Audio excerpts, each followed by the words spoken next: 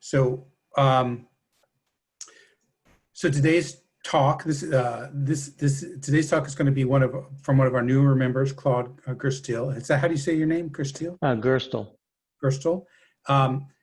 He's also active with the MIT Climate Group, which he was mentioning to me is international.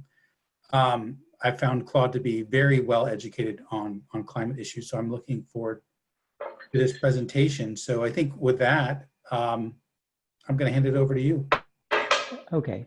Because of the small group size, we will take questions as they come up. If I start to confuse you and you need clarification, please go ahead and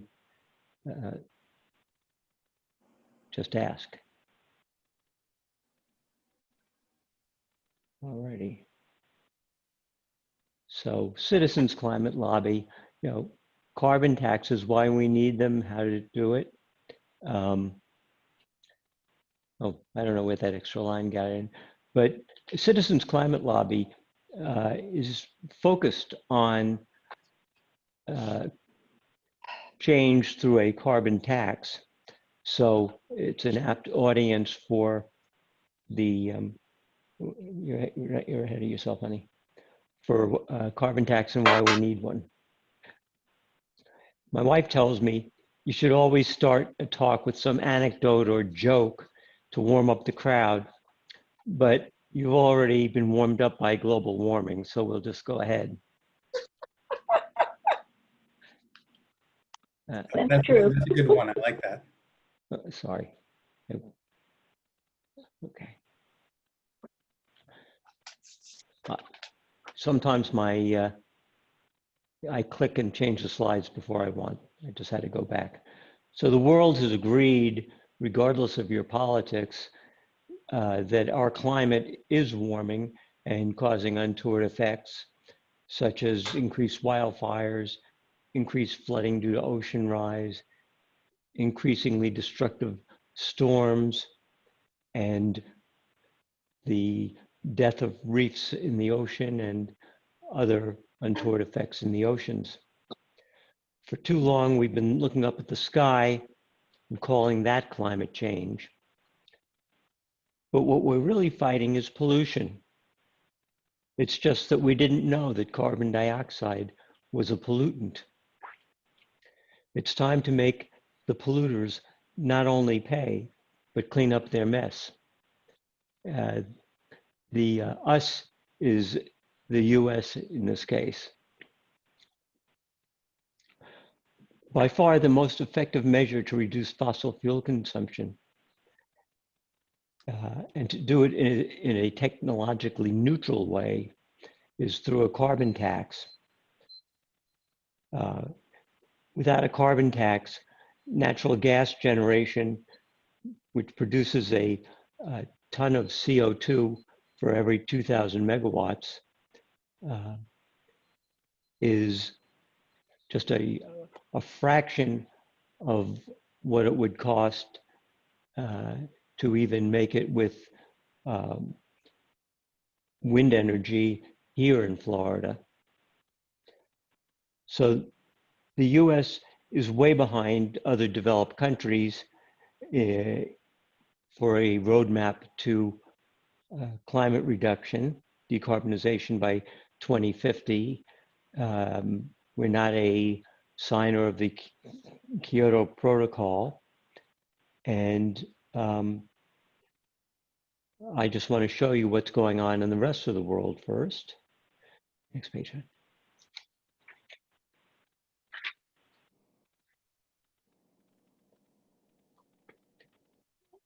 I'm sorry, the slide didn't change. Whoops, 1 second. Worldwide,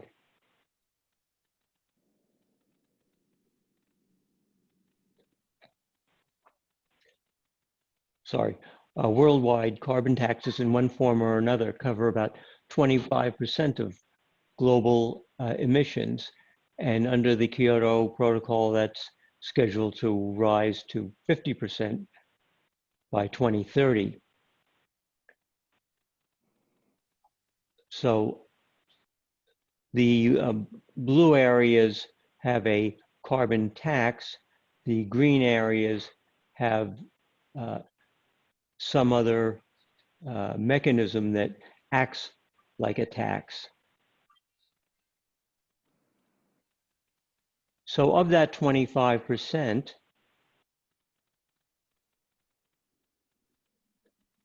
Okay, if you don't mind, if you don't mind me asking a question, why is Canada blue and green? because various states have different forms of, some have a tax, some have, as I'll cap and trade systems or other schemes to make producing emissions costlier. So 20 countries cover 20% of the 25%, mostly in Europe and Australia. The other 5% is Great Britain, and Great Britain has been doing this for quite a number of years, going back to 2005. In this country, we do have some states that have taken an initiative.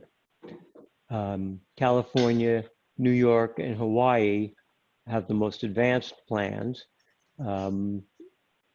with California and New York reducing emissions to 80 or 85% by 2050, and Hawaii by 100%. There's currently a bipartisan bill in the House and has Senate version, HR 5221, which won't get passed this year. But that gives 100% targeted reduction by 2050.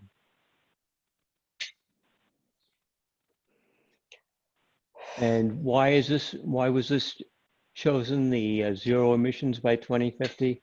Well, right now, this is based on the world. This is the En-ROADS model, which was developed at MIT Sloan School, a climate model that has been compared against a number of other climate models, and it is shown, through that to be an honest model.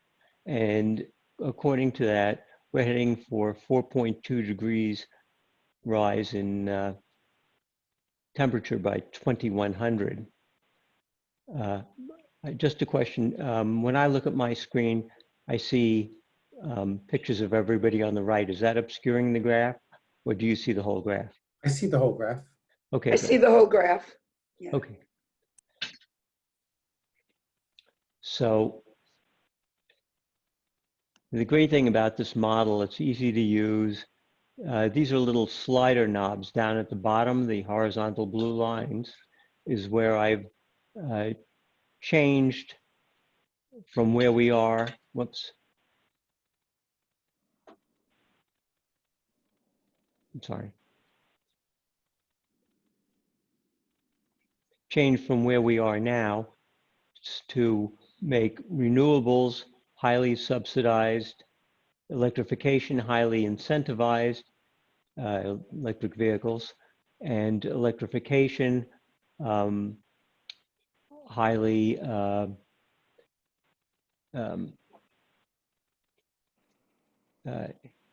increased in efficiency.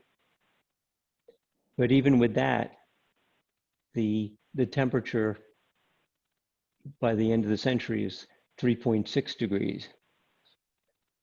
Whereas if we just maximize a climate tax, we get down to 2.9 degrees.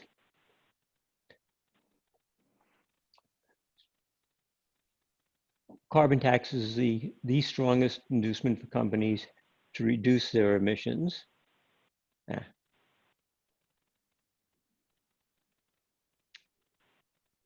It provides a revenue stream for research and development, as well as money to balance the regressive nature of the tax on low-income people. The word tax scares everyone. It's politically incorrect. I don't know if we should call it a climate dividend. What we're actually doing is just making, to a large extent, is making up for fossil fuel subsidies, direct and indirect. The IMF estimates that eliminating fossil fuel subsidies could free up $2.9 trillion in government revenues annually. The amount is more than double, next line, what the International Energy Agency estimates is needed by 2035 to in clean energy and efficiency to stop the world from warming to 2 degrees. So, yeah, by 2 degrees. But of course, like any kind of program, the devil is in the details.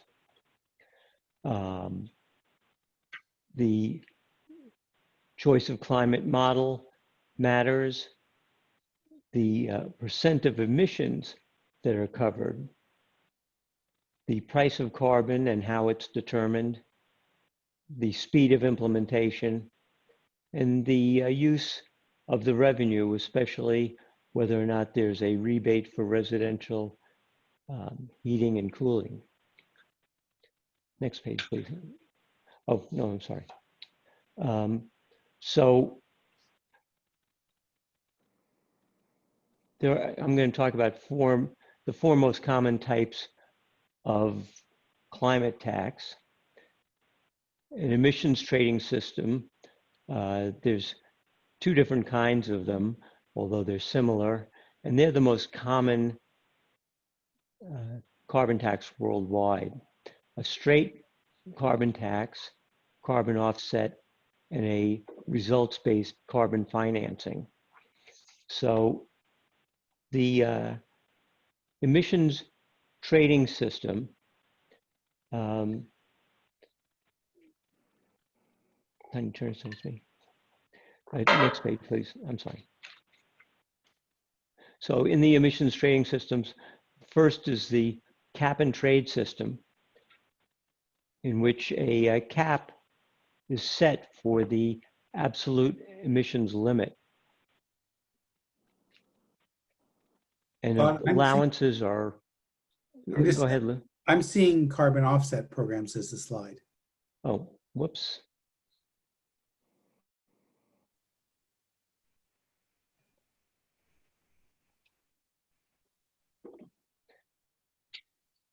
Okay, so in the emissions trading systems, I said there were 2 types.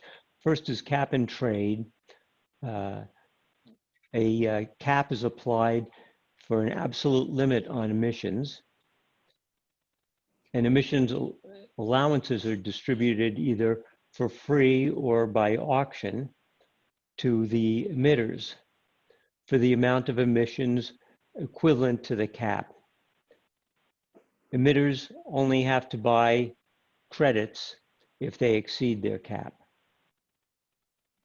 The other system, the baseline and credit system, have emission levels that are defined for individual regulated entities, and credits are issued to entities that have reduced their emissions below a certain level if they apply for them through a specific emissions reduction plan. So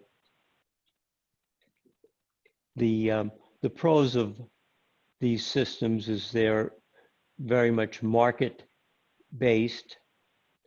The emissions targets are well defined. The negatives, they're politically complicated as companies lobby for exemptions and rebates, and they're very complicated to administer, and there's also the problem of verification. Whereas a simple tax is a simple tax. It's easy to administer.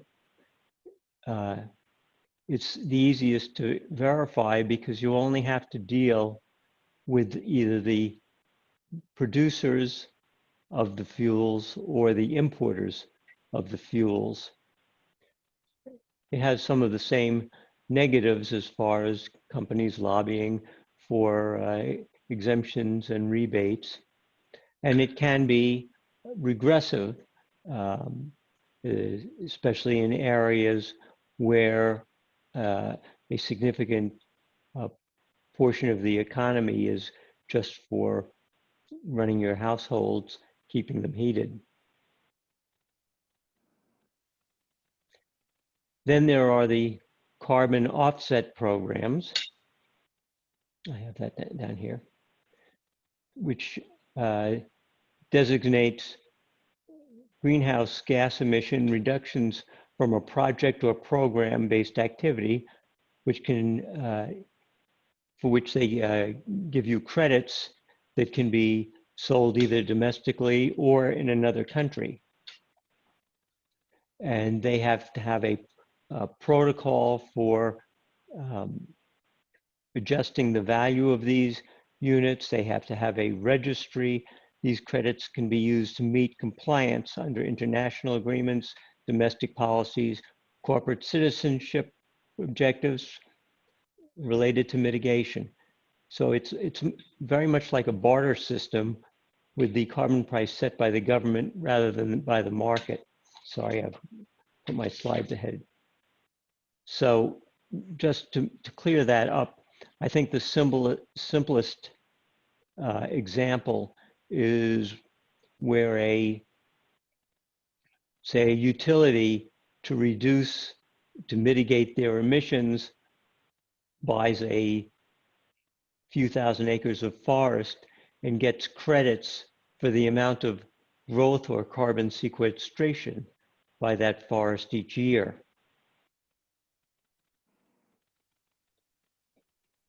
So among the pros and cons, they can be a major benefit to less developed nations, which can be far from their own emissions allowance and can essentially earn money by selling their excess unused emissions to another country. It's more effective in redistributing emissions than in reducing the total emissions. And it's especially good for cross-industry programs, like I just mentioned with afforestation. The cons, it's an administrative nightmare. There's problems of verification, problems of multi-international treaties, and problems of just evaluating the level of emissions that you're mitigating. For instance, you can buy a forest, but it can burn down the next year. So what happens to the offset? And the last is a results-based carbon finance plan, easy to administer. Basically what it is, it's a funding approach where payments are made after a predefined output or outcome related to managing climate change, such as emission reductions, but they have to be delivered and verified. So many RBCFs aim to purchase verified reductions in greenhouse gas emissions, while at the same time use the money that they've gained, to reduce poverty. One second, I have to get back again. To reduce poverty, improve access to clean energy, and access to health for poor communities. The advantage of a results-based carbon finance is the government doesn't have to put up the money. They can sell bonds to offset what their costs would be. Although one problem is that they may not know fully what those costs are going to be. The pricing is a non-market price. And of course, you always have difficulties of verification that the program that you've paid for actually reduced emissions to the extent that they claim. Doesn't the money ultimately have to come from a government to? No, it can come, for instance, a government can issue tax-free bonds to pay for it. And then the government is only on the hook for the interest payments. So, you know, like it's a, at the end of the day, the government can either print money or, you know, it still becomes, you know, part of the budget in that at least the interest payments have to be paid. And at some time, the principal as well. So yes, it's the government is paying ultimately for it.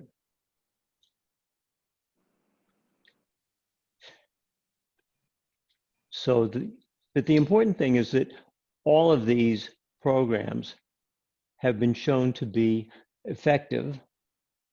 The joint implementation and clean development mechanism are offset mechanisms from the Kyoto Protocol, under which less developed countries can participate in low carbon projects and obtain credits.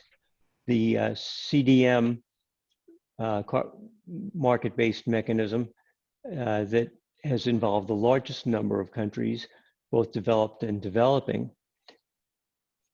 in efforts to reduce greenhouse gases, had by the end of 2014 supported investments worth over $900 billion. I'm sorry, $90 billion.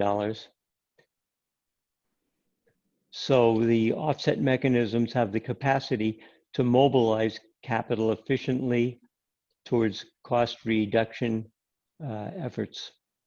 I'm sorry, towards cost-effective low carbon investments. So I'm going to show you how a couple of these schemes work in the real world. We'll start with Australia. I have to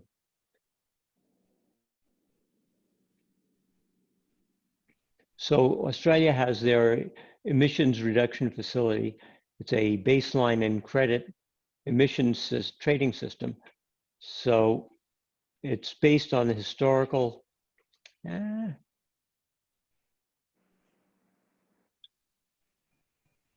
sorry, wrong way, sorry. My computer moves. If I don't turn off my little clicker, it just keeps moving ahead.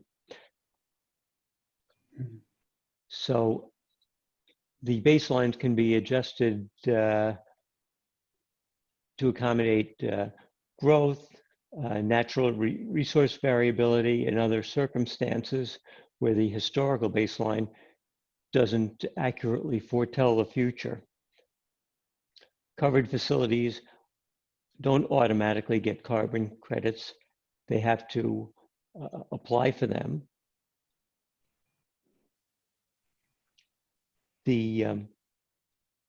But the operators don't have to pay for their emissions up to their baseline level. And in Australia, it covers 50% of emissions, or 688 megatons of carbon dioxide, but the carbon price has been set at only $10 per ton, although that does bring in $3 billion. Next page, Al.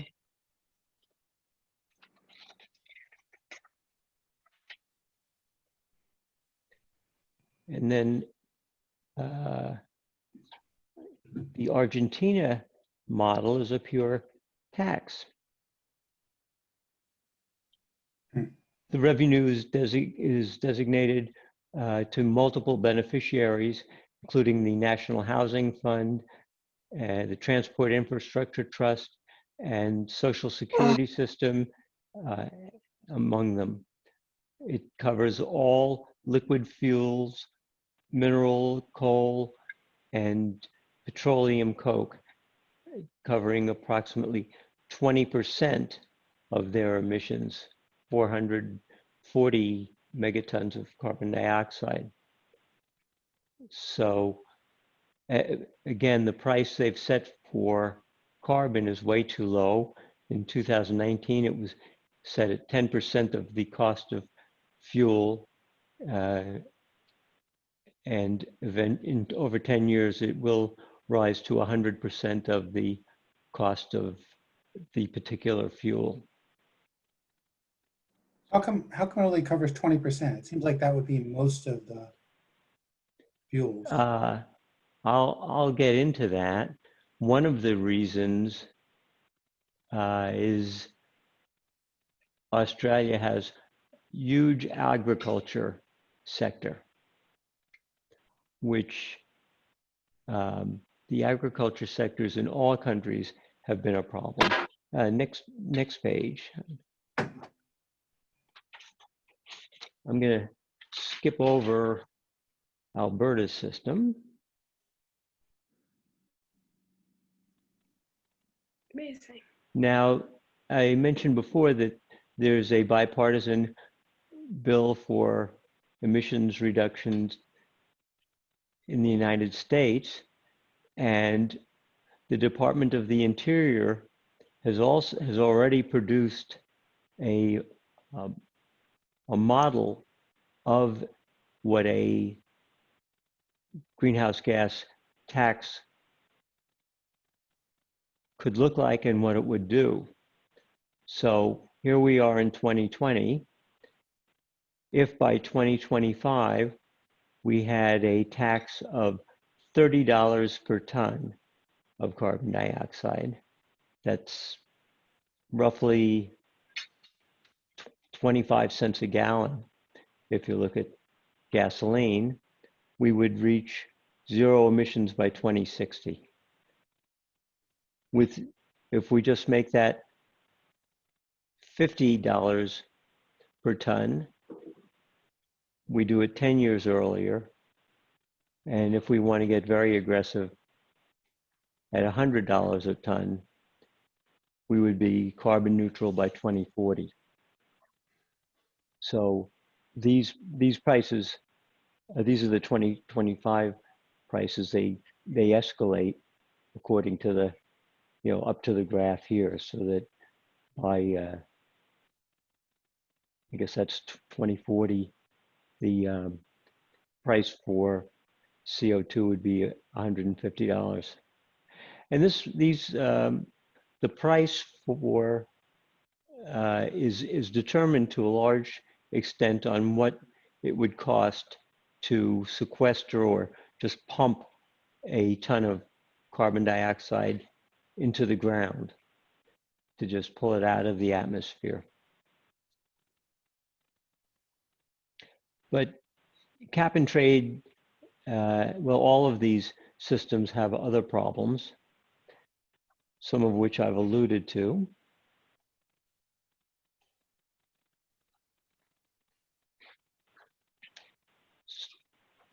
Some that they all have is administrative costs, which, as I said, are least with the simple tax. There's exemptions for critical industries. You could, for example, if Australia decided that their coal export is a critical industry, they would, exempt it and not tax all the coal that they're sending overseas. And there's a misalignment between the price for emitting and the price for sequestering. Right now, there's a huge difference where the tax for more than 20 of the 27 countries are pricing carbon at $20 a ton or under, while the price to sequester it is $130. And finally, we talked about agriculture. Well, that's the non-fossil, I'm sorry, that shouldn't be fuel, but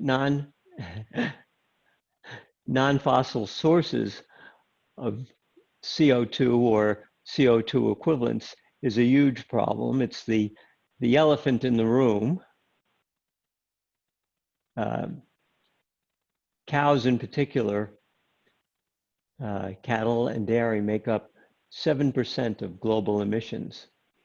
And until we get a handle on that, we are going to have continue to have a huge problem, because they produce methane, which is an extremely potent greenhouse gas.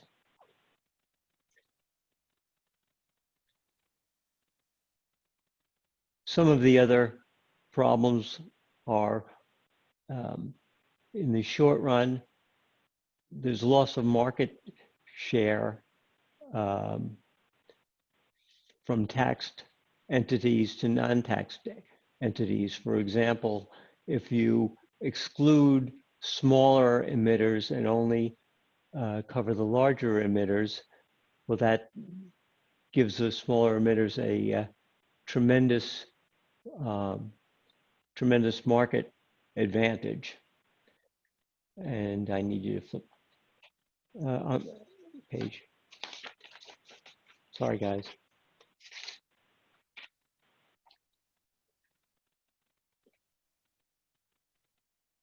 Oops.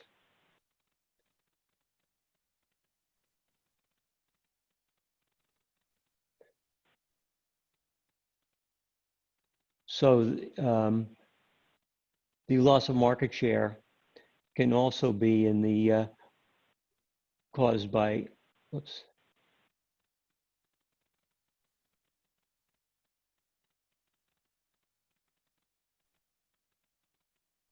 Can also be due to a differential in taxes between different industries, rather. Second is loss of long-term competitiveness, which it makes companies unattractive to investors.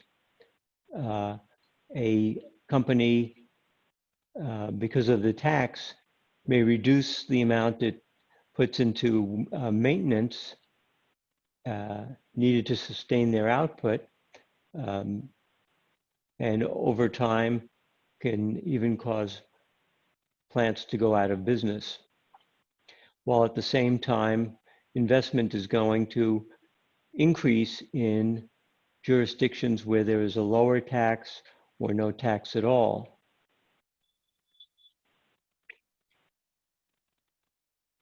The tax also distorts the markets for fuel prices, so that in areas where there's a lower tax or no tax,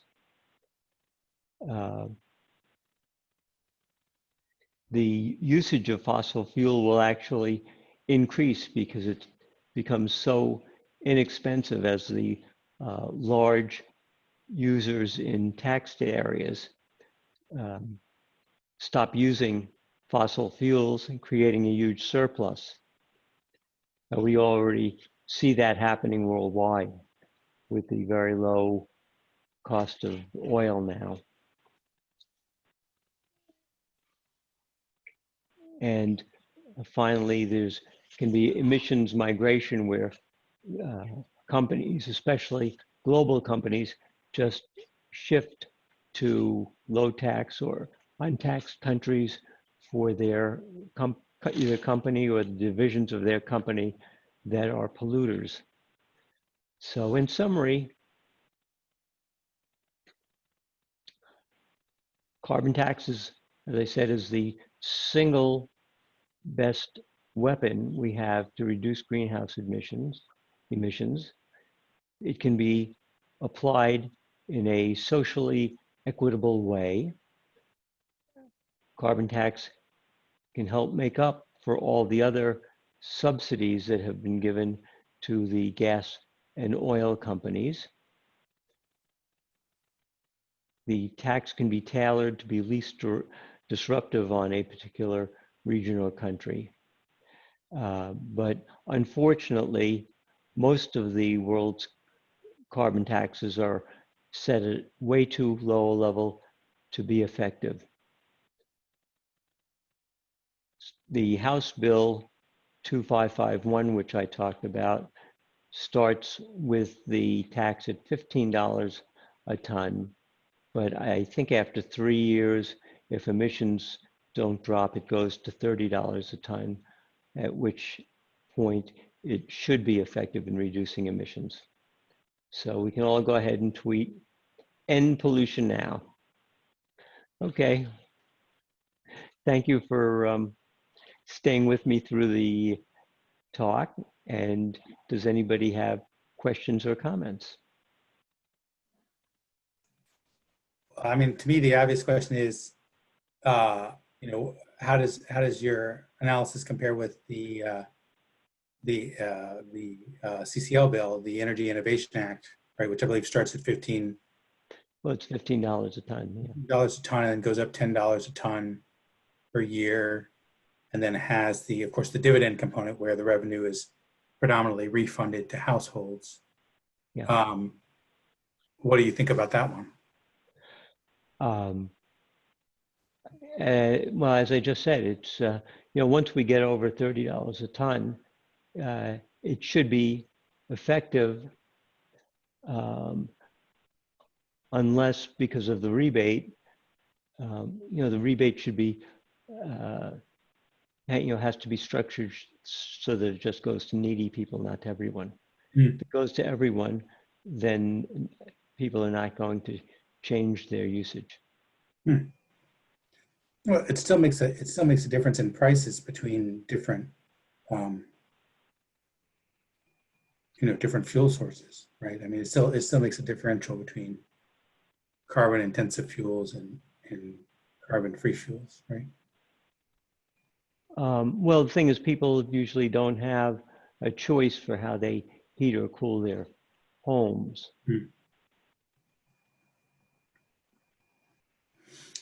So that, you know, unless they feel it in their own pockets, they're not going to change their behavior.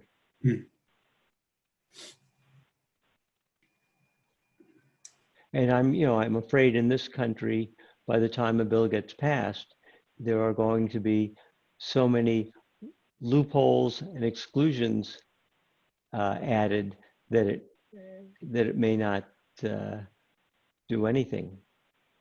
We'll have to see. The graphs that you showed show how much time matters, right? If you Yes, I talked about the fact one of the things is the speed of implementation. Now, what we're doing, what the utilities here in Florida are doing is they say, yeah, we're going to be they have to publish 10-year plans. So in their 10-year plans, they're going to be 70% of Florida Power and Light is going to be 70% emission free by 2030. But you know, a lot of the renewables that they're adding are only going in late in the late in the decade. So it has much less effect on the overall warming by 2050 or 2100. Yeah. Unfortunately, we're in a situation where this is quite urgent.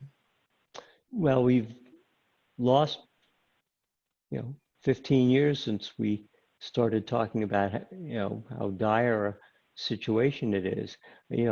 Climate discussions of climate change go back to 1950s.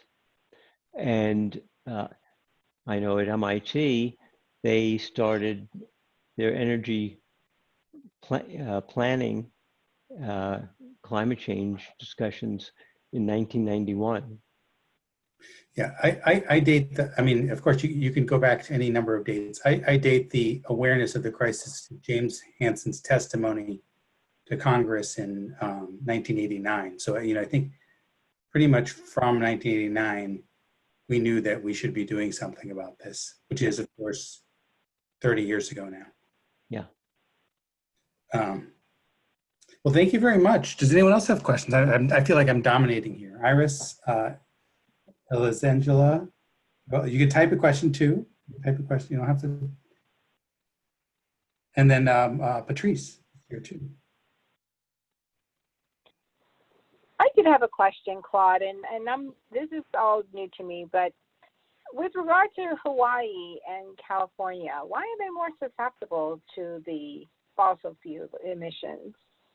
Please, if you could elaborate on that for me, because I really am trying to understand why they're so susceptible. Why they were more successful, you mean, in having a plan?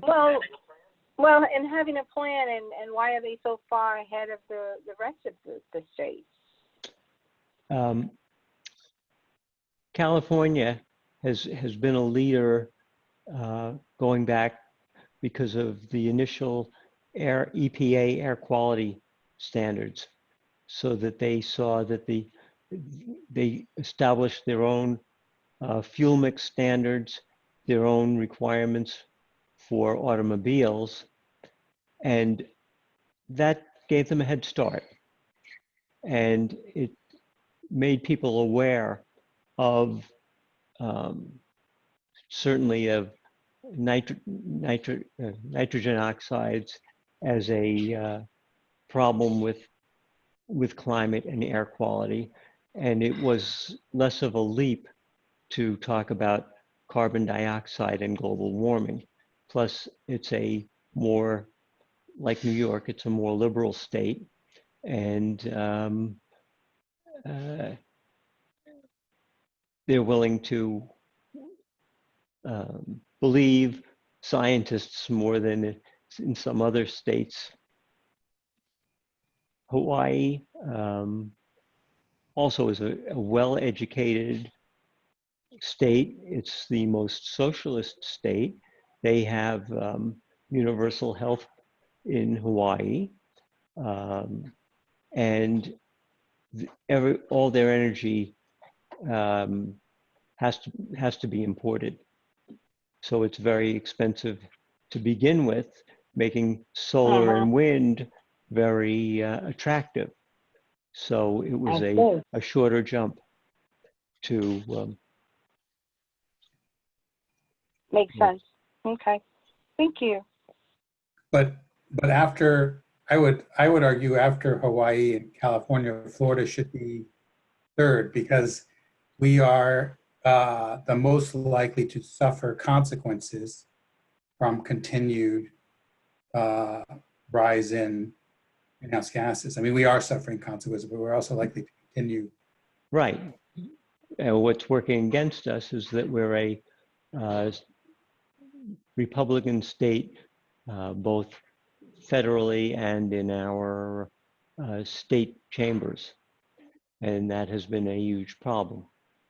Our governor is in lockstep with President Trump, and I can only hope when he comes up for re-election, he will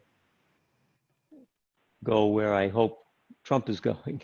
No, Claude, this governor is a significant improvement over our previous governor. I know. Who forbid the use of the terms climate change. Yeah. This governor has a chief scientist and the beginnings of some climate planning. We, by 2050, it's estimated that Florida is going to lose 350,000 homes to sea level rise, essentially. I believe that. What will change Florida is when the mortgage industry says we will no longer issue mortgages for properties located in basically half of Fort Lauderdale, for example. Yeah, I think everyone's wondering when that's going to happen. Yeah. Well, As long as reinsurers are willing to buy those mortgages, that's going to continue. And I think we need to have the government make sure that any guarantees for Fannie Mae, Sallie Mae, don't present moral hazard problems. Well, I think it's been a really interesting presentation. I really appreciate you taking the time, putting it together. And I just want to thank you for your time. I mean, it's volunteers who put that time and energy in that make CCL what it is. So I appreciate it. My pleasure, Lou. Nice meeting the rest of you tonight. I think I was just trying to. Yeah, just quickly, I thought a lot of work and a lot of attention, and thank you very much, Claude, for even doing this. But having been pushing, 763 for at least a year and a half and giving talks on it, I'm very discouraged that it's still sitting in the house, literally growing mold, that we can't move this along, and the crisis gets worse. And anybody who reads any newspaper any day of the week, whether it's here in Florida or it's throughout, New York Times is not in Florida, but they are in trouble. New York is in the same kind of trouble where, wherever there's the shoreline, there's problems, and I couldn't agree more. People are building beachfront homes, and then they collect insurance when those beachfront homes get washed away. And I don't know. I don't want to get discouraged because Lewis knows me well enough to know I'm a positive, forward-thinking person. But I feel bad about 763, and I even questioned. I love the idea of a dividend, but we talked about after the last workshop I took that some of the dividend has to go to people whose jobs will be replaced, people in coal mines and steel manufacturing firms. Okay, as we first, move to solar. Okay, we don't. There's We actually. so much. We don't have. We don't have to lose any steel making jobs. Okay. We can make steel electrolytically the way we make aluminum. Okay. Okay, good. We can, but what about my coal miners?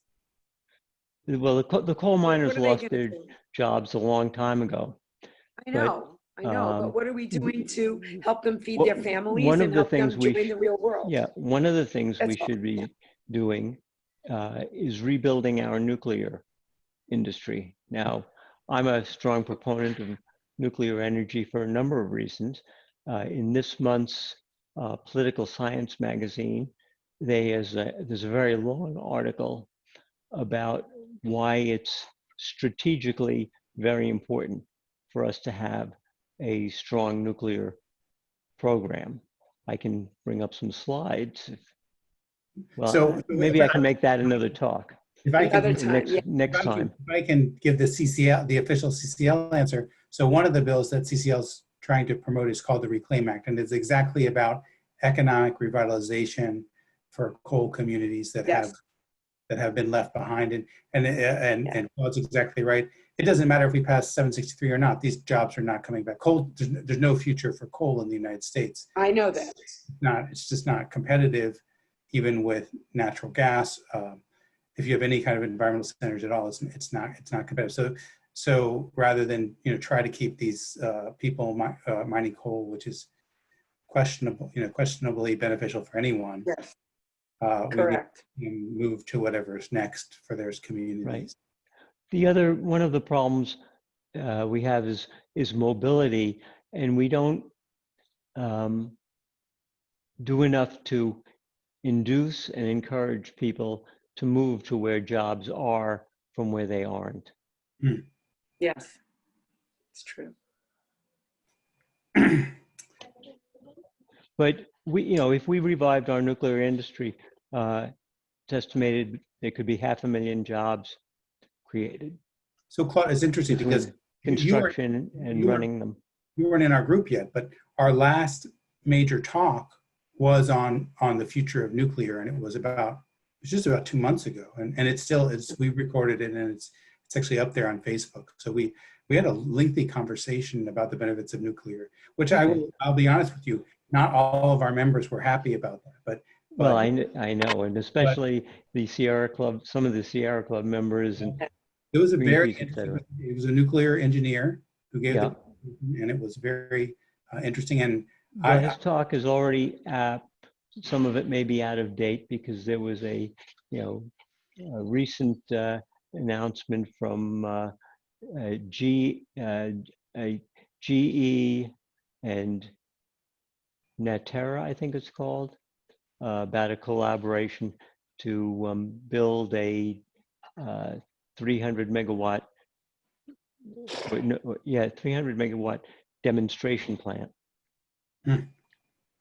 And it's a liquid sodium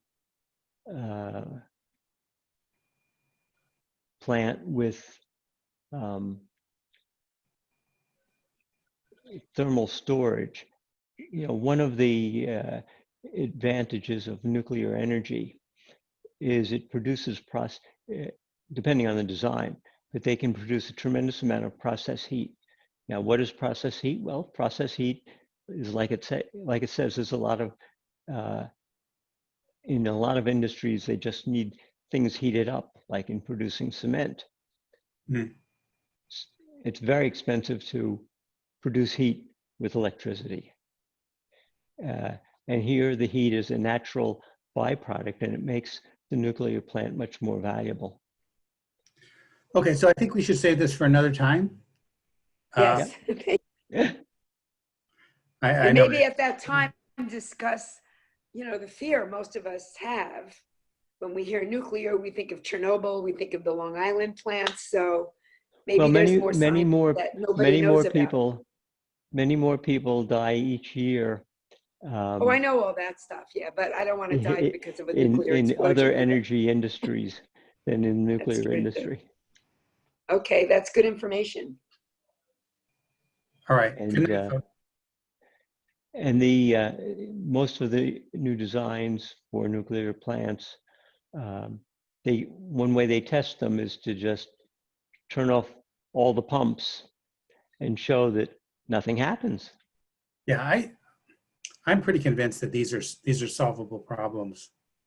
Well, this particular reactor does not need enriched uranium, and can also use the current stored used control rods as their energy source, which would provide us with years and years of almost free electricity.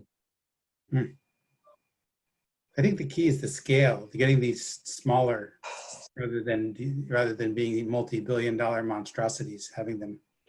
Yeah. Sure.